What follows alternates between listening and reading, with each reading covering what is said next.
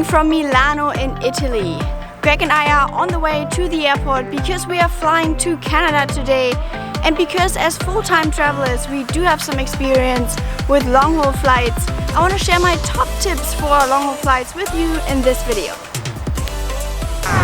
This is how this video was meant to start, but then didn't. I decided against filming a video about top tips for long-haul flights for several reasons, one of them being that I want to be more transparent with you guys as the audience.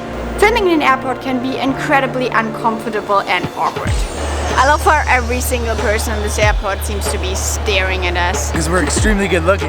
And we have a giant camera in front of our face with a microphone on and a gimbal. What most people don't realize is that even for us as full-time travelers, travels don't always run smoothly. This morning, for example, at the check-in desk, I realized that I had forgotten to apply for my electronic visa for Canada. So I had to actually go through the application process on the spot on my phone. In the end, it all worked out and I got the visa approved right away. But that's a very good example of how filming at the airport can actually distract you from preparing for your flight properly. The second reason for which I wasn't really feeling like filming the entire day today was that I was really stressing about getting some work done.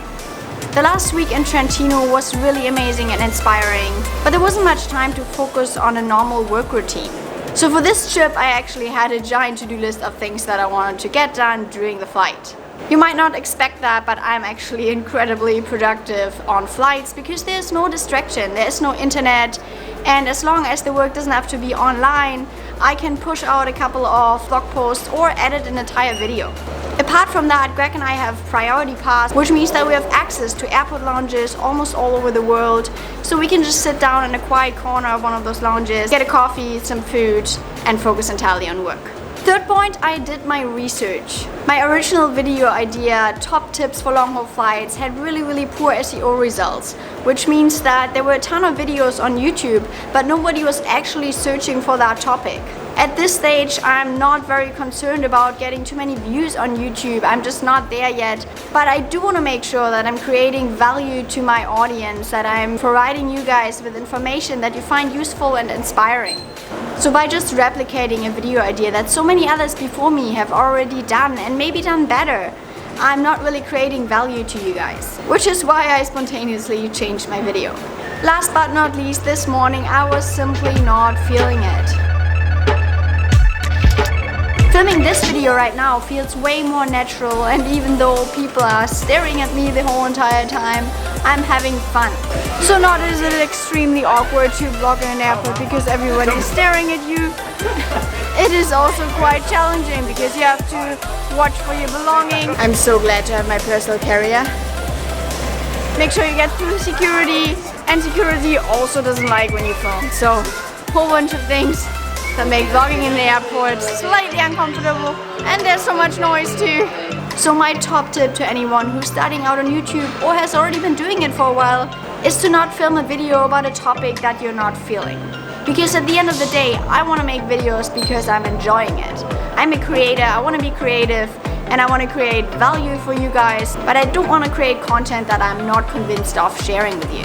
If you're thinking now, oh that's too bad, I would have really liked some tips on long-haul flights, then I will just throw some in here right now.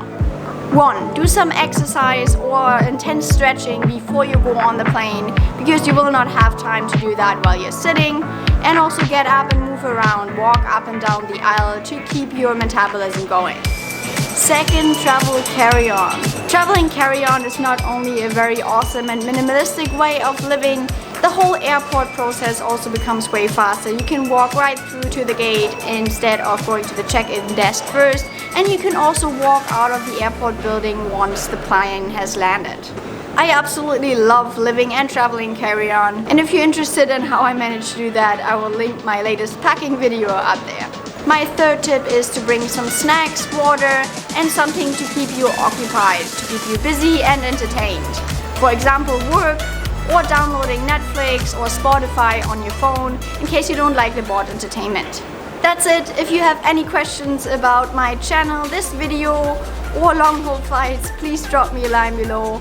I would also love to hear if you guys enjoyed this video that is a little bit different, or if you would like me to just go back to the boring top things to do and top tips for videos. That's also fine. Just drop me a line and let me know in the comments below. But now I have to hurry up because I think they have already called out my flight for boarding. So as always, thank you so much for watching. I really appreciate your support and I hope to see you again in one of the next videos. Bye for now.